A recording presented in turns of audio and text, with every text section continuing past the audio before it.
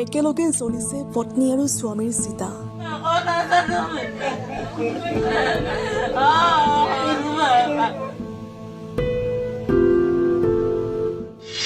হাস্পতালত কণমানি কন্যাও যুঁজি আছে জীৱন মৃত্যুৰ সৈতে।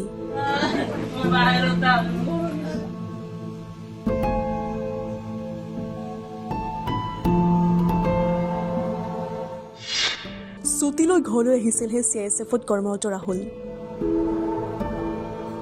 এটা ভয়ংকৰ দুৰ্ঘটনা শেষ কৰি পেলালে এটা পৰিয়ালক। গাঁৱৰে মন্দিৰৰ বাৰ্ষিক পূজাত অংশ লৈ এখন স্কুটিত উভতি আহিছিল ৰাহুল, অনামিকা আৰু তেওঁলোকৰ একমাত্ৰ কন্যা।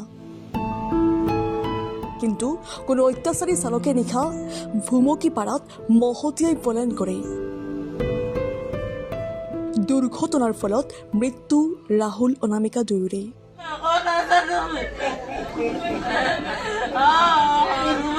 এফালে পিতৃ মাতৃৰ চিতাৰ জুই জ্বলিছে আৰু আনফালে জীৱন মৰণেৰে যুঁজি আছে কণমানি কন্যাই।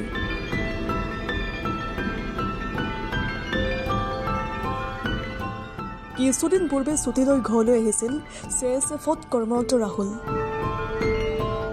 পৰিয়ালৰ সৈতে কিছু সময় কটাবলৈ অহা ৰাহুলৰ উভতি নগ'ল পুনৰ চাকৰিলৈ। 7 জনমলৈ দুয়ো জীৱনে মৰণে একেলগে থকাৰ প্ৰতিশ্ৰুতি দিছিল। সেই প্ৰতিশ্ৰুতি ৰক্ষা কৰিয়ে যেন দুয়ো গ'লগৈ একেলগেই অজান দেশলৈ।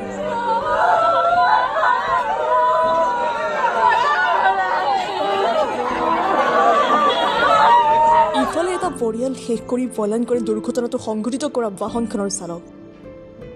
এতিয়া আৰক্ষীৰ জালত পৰা নাই ঘাতক ৰূপী চালক।